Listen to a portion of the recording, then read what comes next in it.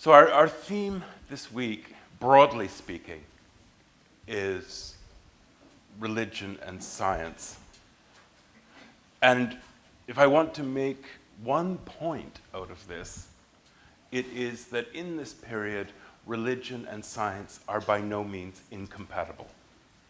They are not. It is a later narrative, which I'll come to in a moment, largely arising out of the 19th century, that this period of the so-called scientific revolution, which is a term that is much debated, but without doubt, this period from the mid-16th century, around 1550, through to the 18th century, and we're not going to cover all of that by any means, is a period of an explosion of knowledge, but also knowledge that fundamentally transforms the way in which the world is viewed and the place of humanity within it. Now, this is often taken, as I've said before, in the 19th century as meaning that religion and science are parting ways. Often the story of Galileo is told, and we're going to talk about that on Wednesday, which is absolutely not the case. Galileo, like Isaac Newton or Robert Boyle, who invents the pump, these were all deeply religious people. Isaac Newton spent more time writing biblical commentary than he did science. So this idea that this is the beginning of modernity, where science is beginning to replace religion, would be news to the people who lived in this period. They didn't see it that way. Now, of course, there are ways in which we see certain tensions emerging, and the Galileo story, what we get to on Wednesday, will reveal certain tensions. One of the ones we're going to talk about is the difference between what one is positing as absolute truth and what one posits as hypothetically true. That's going to be a crucial point, but mostly for our discussion on Wednesday. So we need to, before we get started, a couple of things that this book, which I think was first published, I think, in the 1990s, but it's just been released, you can see, in 2018. Stephen Shapin teaches at Harvard. He's now almost 80 years old, but extremely active. I think he describes himself as a sociologist of science. And he has been one of the most influential thinkers about the history of science, particularly in the early modern world. So I really recommend this book. And what I found last week is there's actually a podcast of him speaking. It's about an hour long, in which he talks about the book, but also about his wider career, about how he views science. And one of the points that he makes is the one I want to share with you today, and that is the absolute centrality of religious thought in this so-called scientific revolution. So you can see there's a whole slew of questions here. We're by no means going to get to that many. We're going to have to skate over them fairly lightly. But of course, the obvious question is, how does science change? What does it mean to talk about a revolution? What drives this revolution? We're going to talk about it in two particular ways. One is kind of observance of the world around us, of nature. And the other is, as you will certainly anticipate getting to Galileo, the revolution of the heavens, or as one book calls it, the revolution in the heavens. The idea, of course, of a heliocentric universe as opposed to a geocentric universe. But that debate, which emerges only very slowly, there's no sort of aha moment, look, we've been getting this wrong for thousands of years. That story is deeply embedded in a whole range of things. And it ends, in a way, tragically, with Galileo, an isolated, aging, and even lonely figure. It involves the politics of a whole range of things, including the church. It involves changing ideas of knowledge. It's part of a whole series of events, and at least we'll try and get a sense of that this week. This period requires us to think, as I've already suggested, about the relationship between science and religion. Of course, that's a distinction the medieval world would never have known, where science was embedded in what we would call religion, as seen as an aspect, a part of it. As I mentioned, this sense of a kind of linear development in which science will slowly establish its preeminent status over religion is itself a cultural construct of the 19th century. It has to do a lot with the work of Charles Darwin and evolution, and what's seen then as an intense debate, friction, strife between church and science. It's part of a whole culture of where you get the rise of historical criticism of the Bible, which says things like the Bible can't be telling a true historical record because geology and archaeology and textual history shows otherwise. So you get this kind of scientific historical study of the holy text of Christianity, and it of course brings in skepticism about it as a historical text, as a kind of volume of revelation. This is, of course, the source of enormous anxiety in the 19th century. Well, this is part of it, of course, evolution. How does that square with the Genesis account of creation? All these things are part of a kind of notion of modernity that emerges, which places science and religion in polarities. That, I want to suggest, is not an adequate way of thinking about it. Because what we call, in sort of short-hand terms, the scientific revolution was almost exclusively wholly supported by both Protestantism and Catholicism. As I'll come to suggest in a few moments or towards the end of our talk, the Jesuits, who we've encountered back through Matteo Ricci and a variety of different contexts, Ignatius of Loyola, the founder, the Jesuits were the great mathematicians of their age. Christopher Clavius, who I'll talk about very briefly later, was called the Euclid of his age. Mathematics was at the heart of the Jesuit educational reform. And remember, we talked about how the Jesuits established schools across Catholic Europe. They were the great educators. They supported this. When Galileo first looks at his telescope at the heavens, the Jesuits were lining up to see it.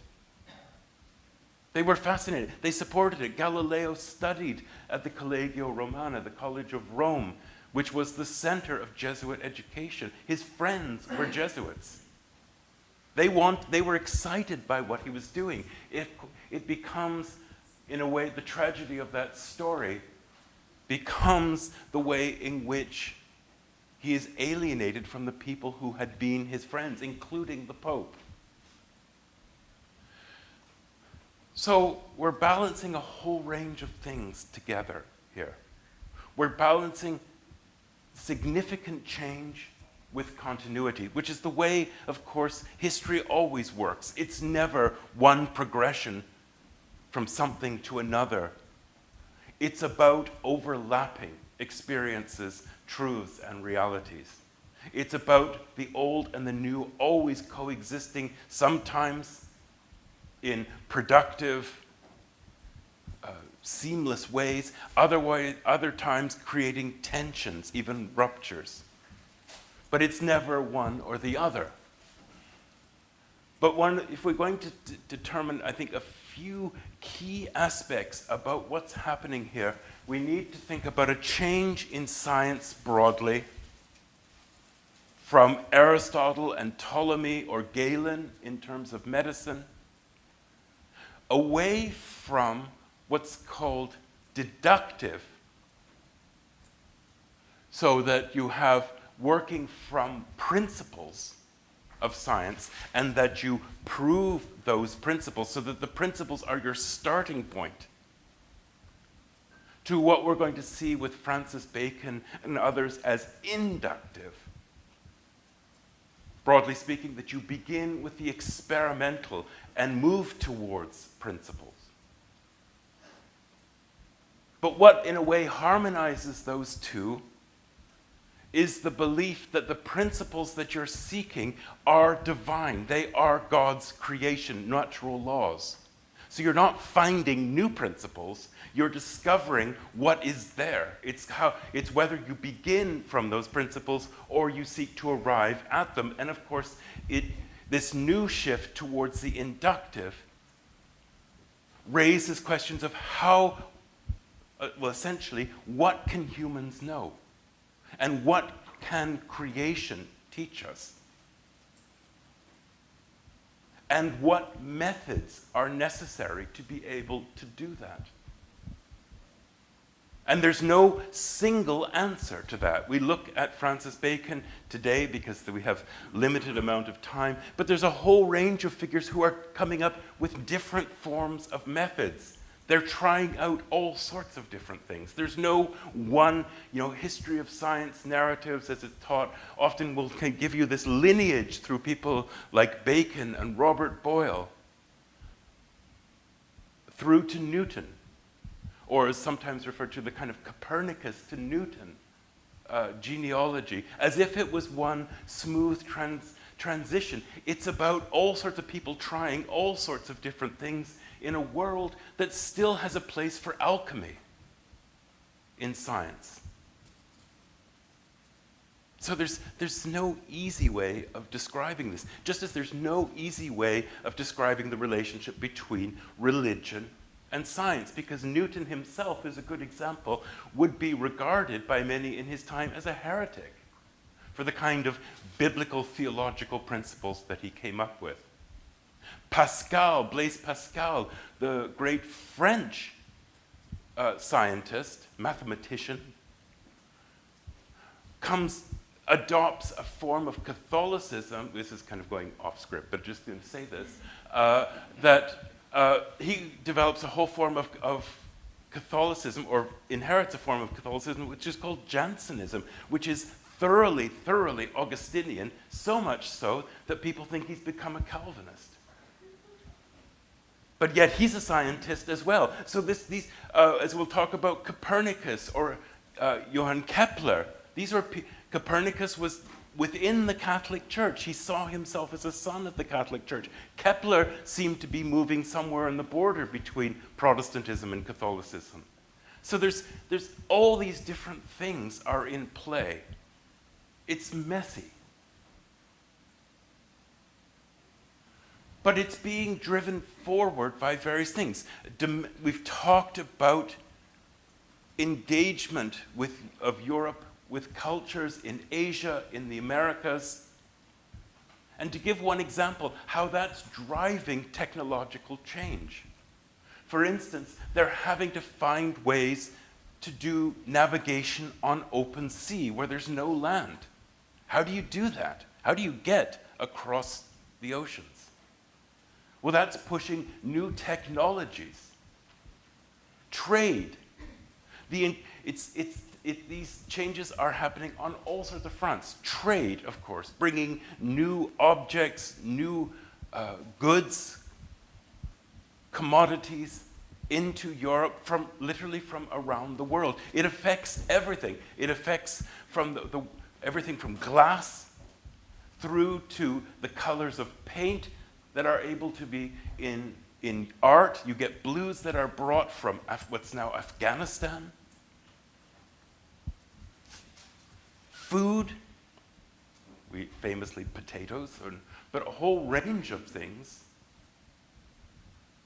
But also, as we saw through people like Lobo, a kind of imagination, but for the first time, forms of empirical knowledge of other cultures. Of course, Europeanized and seen through very certain perspectives, frequently an imperialist colonial perspective. But there is this massive inflow of knowledge, and technology is being driven by this. And knowledge, of course, as we'll see with Bacon, is closely linked to power. Science is closely connected with power, ideas of power. Because for someone like Bacon or Thomas Hobbes, the philosopher, science should be controlled by government. This is the age where you get the creation of scientific societies, such as the Royal Society in England in the 17th century. Bodies that are there to try to both cultivate but also to control knowledge. Bacon will speak about, in very gendered ways, about science, that science is, scientia, of course, the Latin, is feminine. So there's an extent of a kind of patriarchal notion of exerting authority over science. We've talked about this. But science also emerges from cultures of religious conflict. The kind of scientific revolution takes place against the background of endless religious wars that come out of the Reformation. The wars of religion in France, we don't need to go into all this, but of course the 30 Years' War, which goes from literally 30 years, from 1618 to 1648. Migration, refugees, people displaced. The Low Countries, the Dutch revolt against the Spanish. All across Europe there is religious turmoil and warfare, and people are exhausted by it.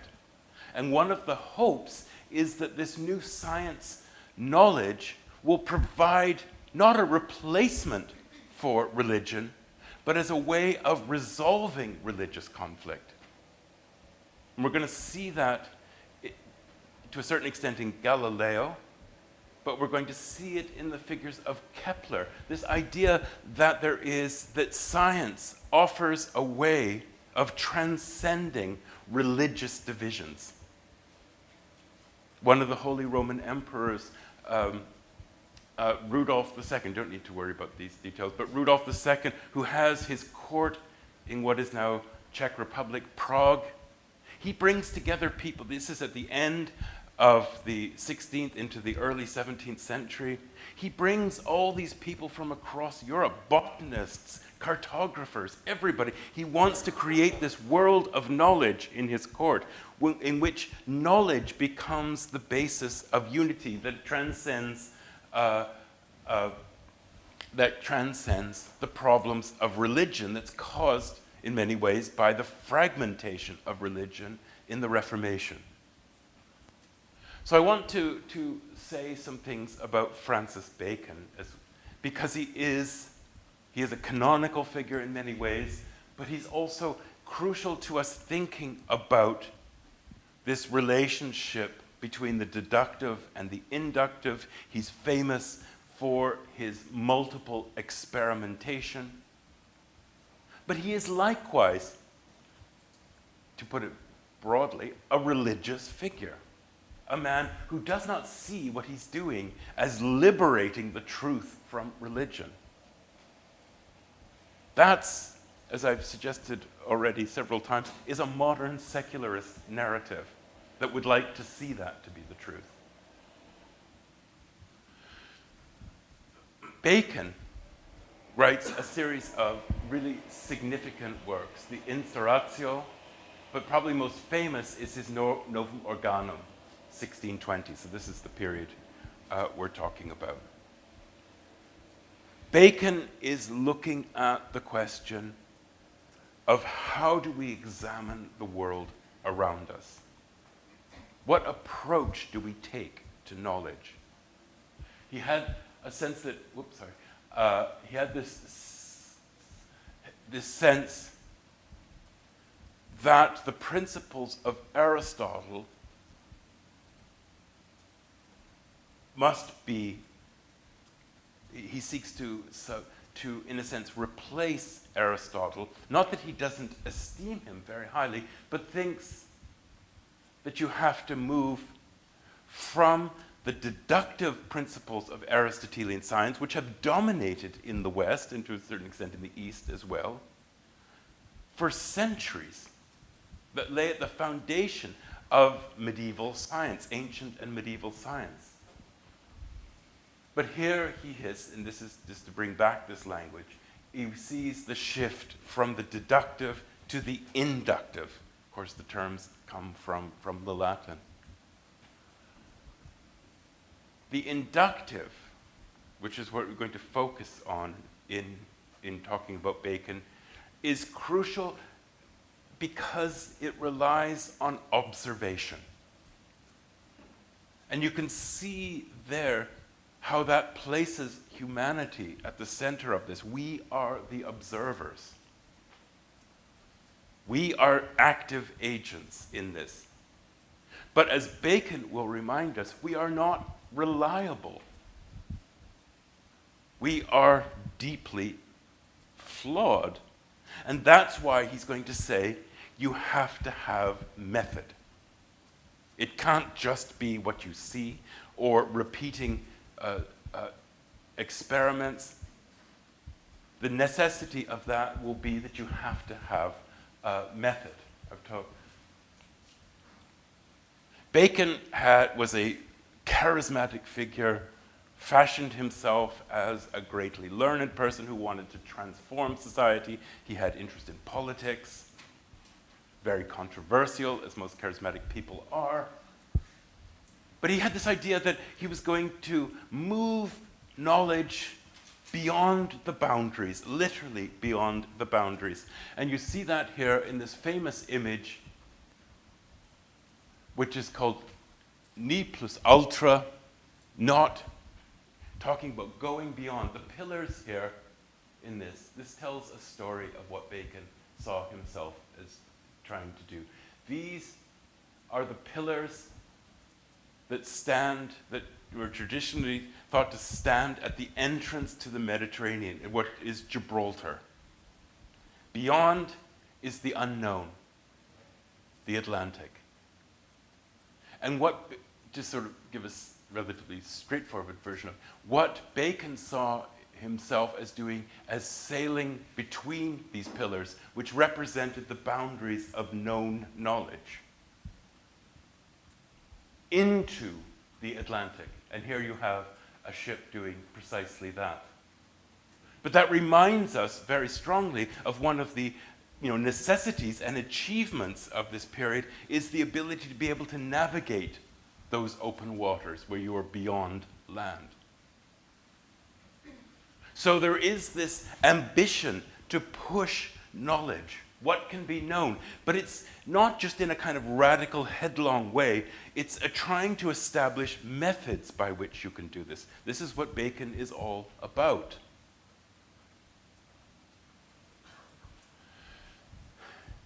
His belief, I'm not going to be able to do justice to him at all, but really to give a central notion of ideas. The inductive method, which I spoke about, which begins with observation, experimentation, the posing of a hypothesis,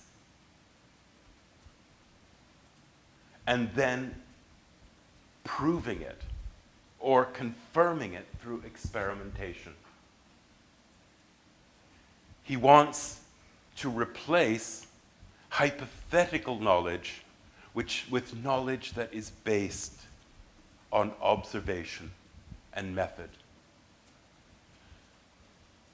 This is seen, I've already mentioned this, but just to make this point, this is seen as progress within a world that is rapidly changing and demands new forms of knowledge, and which is based, of course, whether in historical texts like Lobo describing Ethiopia, the Jesuits describing what they were doing in letters that are being sent back to Rome,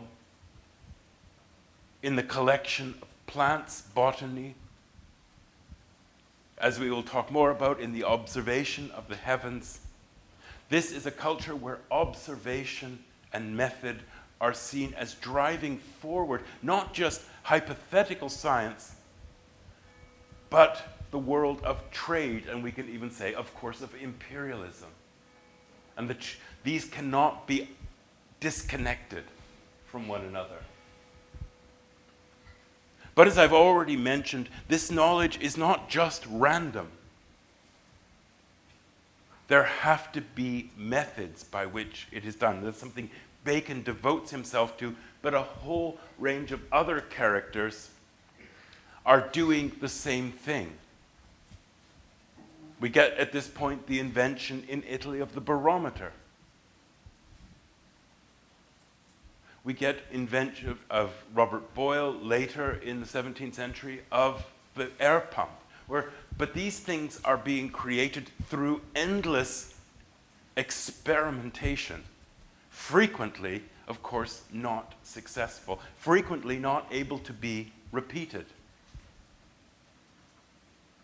But it's this idea that all of this connects together, how the observable is part of a changing world in all aspects.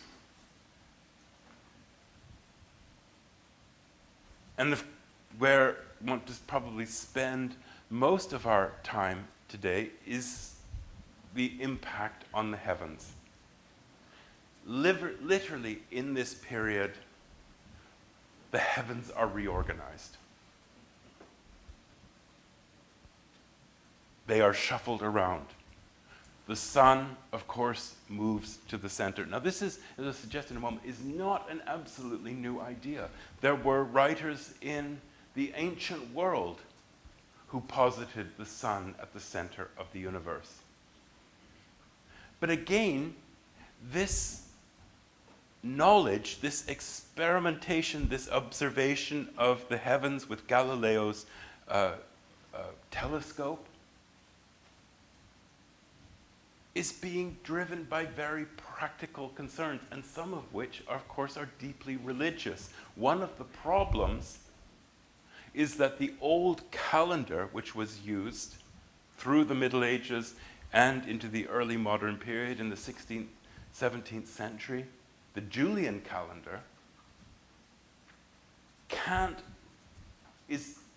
put it briefly, is out of sync with the movement of the planets.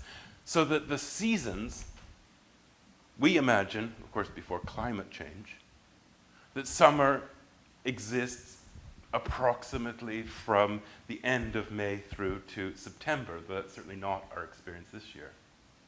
But nevertheless, we have a sense of when the seasons are.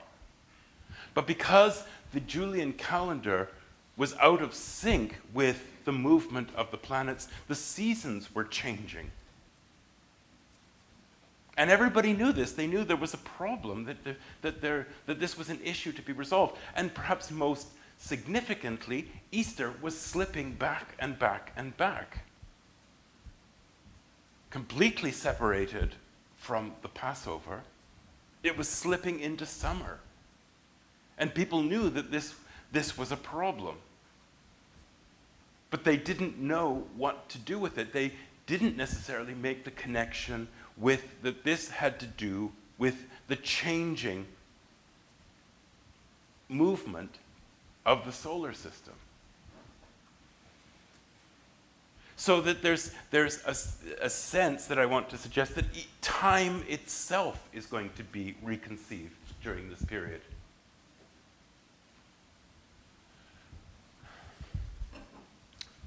What they're going to try to figure out is how to determine the movement of the planets, because they are aware that there's something irregular about them, and that the old system, which is the Ptolemaic, which I'll talk about in a moment, the Ptolemaic universe from Ptolemy, of course also coming from Aristotle, is not sufficient to account for the movement of the planets, because it essentially posits a circular movement of the planets. And the growth of observation shows that this cannot be the case, and of course it's messing with sense of time in the world. The church, through the Middle Ages and into the early modern period, and this of course is at the seeds of the Galileo debate, is invested in the Ptolemaic system. It's the orthodoxy. But it's not just the Catholic Church. Luther, Calvin, Zwingli, they all believed they lived in a Ptolemaic universe. So this is not a confessional thing that somehow Protestants are more enlightened about this or that Catholics are. This is a shared conviction, even if the scientific minds are aware of the problems. One of the biblical stories, we'll talk briefly about this on Wednesday, is the story from the book of Judges where God seems to make the sun stand still. Well, this becomes a very, how do you explain this? It's a reality. It's not a metaphor. God made the sun stand still. So how does that fit with a notion of a changed universe? Because the Bible, as we will say, is not separate from this. We have to do away with any sense that we're speaking religiously or we're speaking scientifically. These people have no conception of that. What they will talk about is two different but compatible forms of knowledge. This is a point Galileo would make, but it's not original to Galileo. That there is a book of knowledge and a book of revelation. They do not point to separate truths. They point to the same truth, but through different ways. And that the Bible does not provide a guide to natural, what we might call natural history or scientific knowledge. It doesn't guide on that. That is in the book of nature. Even Calvin himself writes that by looking at the stars, we learn all sorts of things that the Bible doesn't tell us. But this isn't science replacing religion. It's the belief that there are spheres of knowledge, and that what the Bible tells us is the complete form of revelation, what is needed for salvation, but it doesn't tell you necessarily, as Newton will say, how gravity works. Or it doesn't really explain the sciences. So I know, because I want to be mindful of the time here, but just this long inheritance of Greek science, which still predominates in the early modern world. Sometimes, Protestant narratives will say, with the Reformation we got rid of that, horrible Aristotle, because the reformers like to kind of mock Aristotle. But the truth is, they completely bought into most of his forms of knowledge, including his writings on the natural world. Aristotle still suffuses the early modern world. It shapes the way in which they made arguments. So it's a kind of polemical point in many ways, although in some ways they do part ways. That's certainly true, but it's, again, not a straightforward story. But we're thinking primarily here, briefly, about this figure of Ptolemy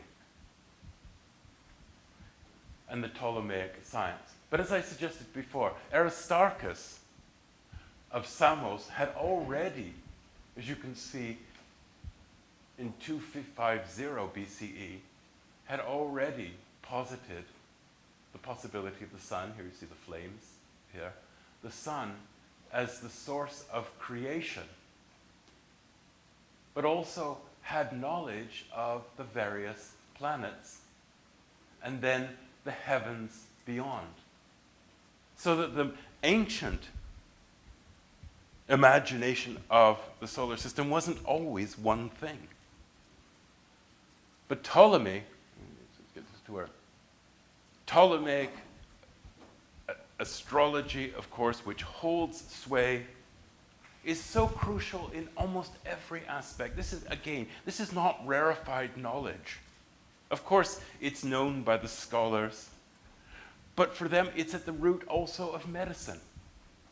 Galenic medicine, Galen, ancient figure whose notion of medicine holds sway to well into the 18th century, based on the idea of the humors, the four humors within the body, and the belief that these humors are affected by the movement of the planets. So that there's an intimate relationship between the cosmos and what's happening to us in the world. If you're melancholic, like Hamlet, you're melancholic in part because of the configuration of the cosmos. But it's also, of course, within you, what are you vulnerable to? We still use these terms, they sound somewhat antiquated, but choleric, bile.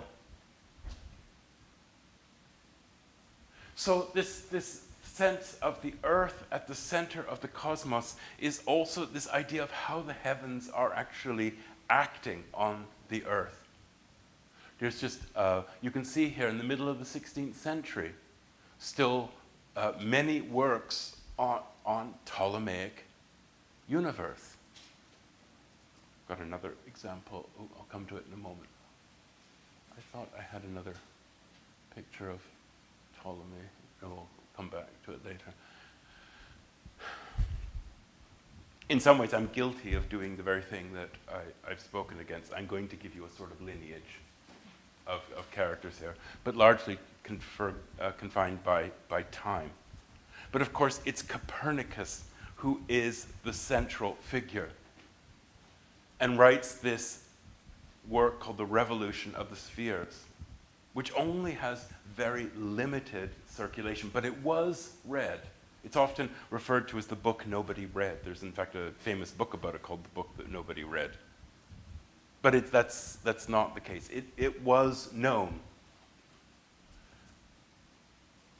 And Copernicus really stands at the center of this because, of course, as we're familiar with, the Copernican revolution, and that's what Galileo will be charged with, is upholding Copernicus, which is this idea of course, a heliocentric.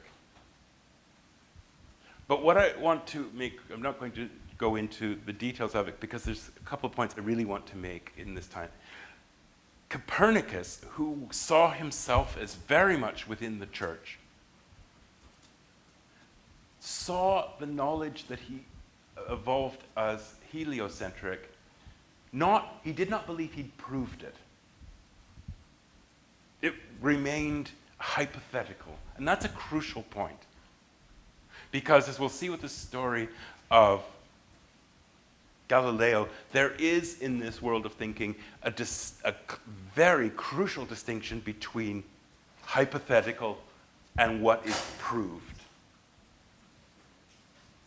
If you maintain something as proven, that's different from saying this is hypothetically the case. And that's what Galileo will be asked to do, is to say his ideas are hypothetical, not conclusively proved. And that's here. And Copernicus dies not believing that he's actually proven the heliocentric universe, but his work becomes foundational. Copernicus still, he posits, as you can see here, that mathematics becomes a key way to understanding the movement of the planet. So this is one of the ways in which mathematics is fueling the revolution. Mathematics becomes, for him, the way in which you can understand this movement of the planets. And one of the things that he does, to reduce this, is to say that the planets do not move in perfect circles.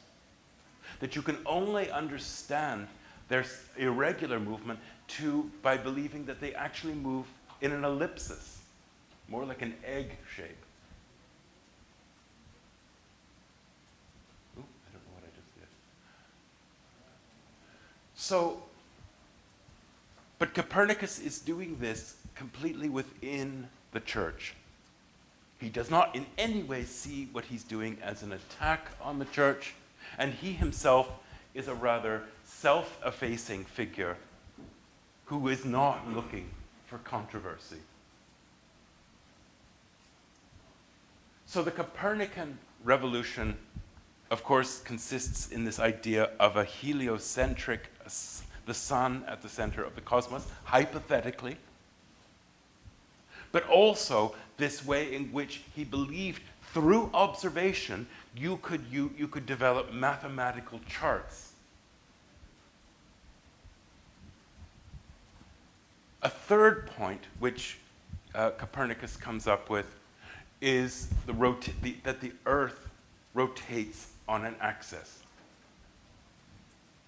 This is all part of the use of mathematics to explain what is the observable. Really having to jump forward here, but the next kind of significant figure in this is a person who is a Protestant, or at least someone who stands on the kind of boundaries of Protestantism and Catholicism, who in some ways embraces this idea that will more fully, that science provides a way that can move beyond religious conflict. But Kepler, as you can see, believes that he has solved some of the problems that Copernicus does not address, that they still haven't found the answer for explaining accurately the movement of the planets. And he's going to talk about, he talks about laws of motion. I'm not going to go into them. They're simply here on I know many of you will be familiar with them. With only 5 minutes left, I don't want to go into this, but he comes up with these 3 laws of motion. Perhaps you just, for the first one, the law of ellipses. All planets move in elliptical orders with the sun at the focus. So we can see the shape of the cosmos is changing away from the classical notion of perfection in round circles towards, as I say, something of an egg shape. But you can see here, just to touch on briefly, the mathematical formulations that he has, that the law of equal areas in equal time, the law of harmony. Time required to orbit the sun is called, its period is proportional. You can see here that the mathematical formulations become the way of trying to solve this.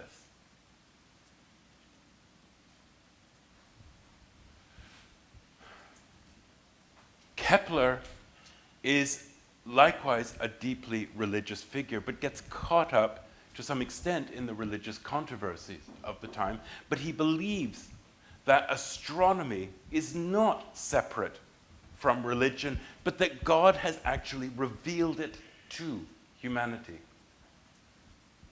But he also has this strong idea that this new knowledge can, and to some extent must, contradict received knowledge. And that, of course, is deeply controversial. Remember the whole issue of the Bible. New knowledge is bad. If it's new, if it hasn't existed before, there's a reason why it hasn't existed before. So there's deeply ambivalent feelings towards what is new. So I've got this here, just largely because of this quotation here. We astronomers are priests of the highest God in regard to the book of nature. God is the beginning and end of scientific research and striving in many ways. Those 2 sentences of what pretty much the point I want to make here in thinking about their attitude in the period that we're talking about. Galileo could have said that. I want to, perhaps because we're running short of time, I'm going to leave this subject to Wednesday, because it really takes us into the Galileo story. And that is to remind us of this extraordinarily fecund and active culture of mathematics amongst the Jesuits. And a part of it is enhanced by knowledge gained by people like Matteo Ricci in China and brought back. Here's just an image of the Collegio Romana, which is the college which is founded by Ignatius of Loyola and really is the intellectual education, pedagogical center of the Jesuits. This is where you went. But it's also it's not, again, against Protestant ideas. It's not some sort of dark, place where Voldemort is. It's a place that's at the cutting edge of knowledge in this period. And Protestants, in many ways, are being transformed from this. Again, this quotation that you can see about the role of mathematics and philosophy for the Jesuits. Galileo's work, I just want to reinforce the point I have at the bottom. Galileo comes out of this culture. He becomes almost a celebrity at the Collegio. His friends are Jesuits. They all see themselves as engaged on this intellectual venture, which is deeply to the part of the work of the church. This is where I'm just going to end here. But the major figure, I mentioned him at the beginning, the major figure is somebody who not only knew Galileo, but deeply appreciated what Galileo was doing. Is this, you don't need to worry too much about him, but I just want to point him, this major Dutch figure, Christopher Clavius, who really takes us up to the beginning of the Galileo story. He is the foremost theologian, mathematician, and I just want to end with this. You can see here, he represents that culture which is so excited at what Galileo is doing. And you can see this instrument, that when he talks about Galileo's telescope, which we'll talk about on Wednesday, this instrument shows many more stars in the firmament than can be seen in any way without it. Consult the reliable little book by Galileo Galilei, printed in Venice in 1610. So I want us to move into the story of Galileo, seeing that he comes out of a world with many questions, but he's not an outsider until much later. Okay.